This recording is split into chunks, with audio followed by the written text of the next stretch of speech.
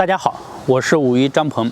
今天呢，我给大家讲拍打肩颈这个方法呢，可以帮助我们疏通和缓解肩颈以及我们肩颈的肌肉的酸痛，包括你的颈椎疼痛啊，或者是肩周疼痛，都能得到很好的缓解。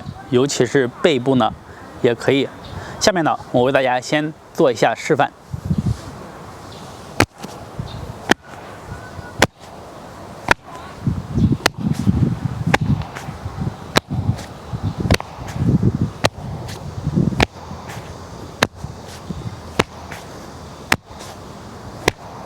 好，这个呢就是拍打肩颈的方法，特别的简单。我来详细的讲解一下。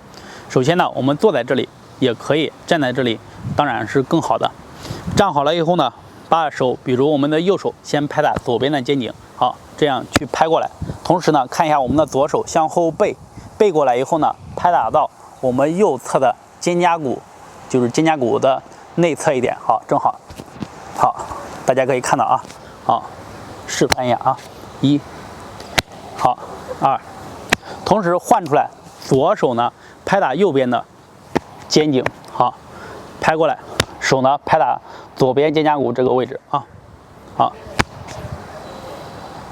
好，这样的话我是给大家示范单侧的示范。那么下面我们可以交叉，好，开始，一、二、三、4、5、6、7、8、9、10、11、12、13、14、15、16、17、18、19、20。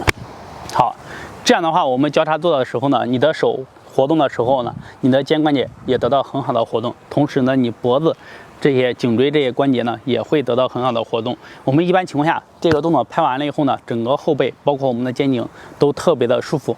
刚开始做的时候，可能你这比较硬，活动呢没有那么自如，要慢慢的去练习，一点点的去练习，不要着急。肩颈疼痛的、肩膀疼痛的，或者是脖子不舒服的，一定要好好的练习。今天呢，我就讲到这里。大家如果有什么疑问，可以在下方评论留言和我进行交流。谢谢。